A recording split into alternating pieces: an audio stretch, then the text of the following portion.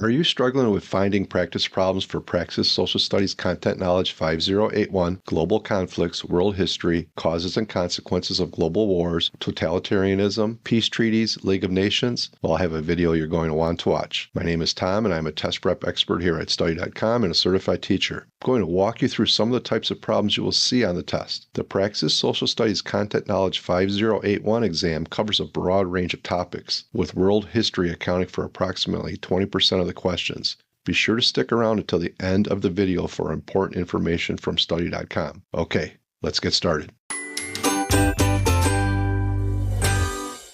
Which of the following strategies were characteristic of World War I? Is it A, guerrilla warfare, B, nuclear deterrence, C, trench warfare, or D, bioweaponry? All right, so let's eliminate some possibilities here. So I'm going to eliminate guerrilla warfare. That would be more hit and run ambush style tactics that were used in Vietnam, as an example.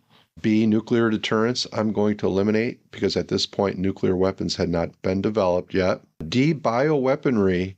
We did see the beginnings of bioweaponry being used in World War I, but it wasn't the primary characteristic or strategy. The correct answer is C, trench warfare, which involved digging underground encampments which protected the soldiers from artillery fire and also from sniper fire.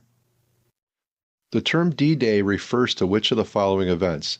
A, the declaration of the end of World War II, B, the invasion of Normandy by the Allies, C, the battle in which the Russians forced the Germans out of Stalingrad, D, the liberation of the French colonies in North Africa. All right, so let's eliminate some of the possibilities. Let's eliminate D. The liberation of the French colonies in North Africa was called Operation Torch. Let's eliminate C. The battle in which the Russians forced the Germans out of Stalingrad was actually called the Battle of Stalingrad.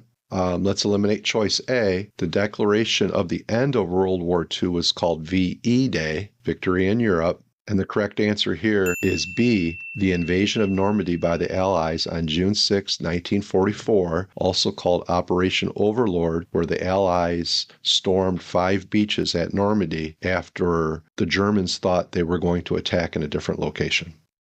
A major ideological consequence of the Second World War was A, the end of apartheid in South Africa, B, the rise of fascism in Italy, C, a return to autocracy in France and England, or D, the spread of communism to Asia. All right, so let's eliminate some possibilities. A return to autocracy in France and England, I'm going to eliminate. That was very much before the Second World War in the 1800s, so I'm going to eliminate that. I'm going to eliminate the end of apartheid in South Africa because that didn't happen until after the Second World War in 1990. I'm going to eliminate the rise of fascism in Italy, which was as the Second World War was developing. So I would say before the Second World War. So I'm going to eliminate choice B. And the correct answer here is D, the spread of communism to Asia, specifically to Vietnam, China, North Korea. In which of the following years did World War I begin? So World War I began at the end of the Second Industrial Revolution, and that was a period of time between the end of the American Civil War and the beginning of the first wars in Europe, and that year would be choice C, 1914.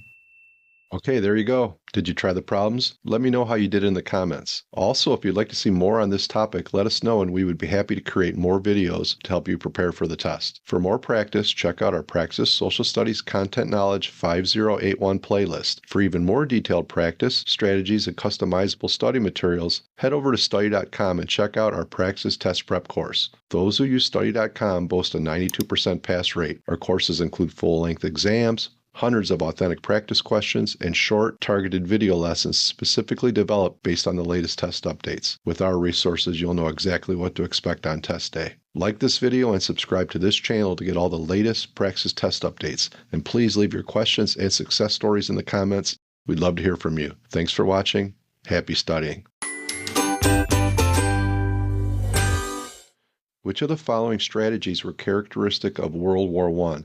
Is it A, guerrilla warfare, B, nuclear deterrence, C, trench warfare, or D, bioweaponry? All right, so let's eliminate some possibilities here. So I'm going to eliminate guerrilla warfare. That would be more hit and run ambush style tactics that were used in Vietnam, as an example.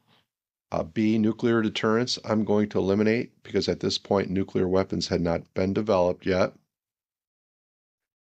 D, bioweaponry, we did see the beginnings of bioweaponry being used in World War I, but it wasn't the primary characteristic or strategy. The correct answer is C, trench warfare, which involved digging underground encampments which protected the soldiers from artillery fire and also from sniper fire.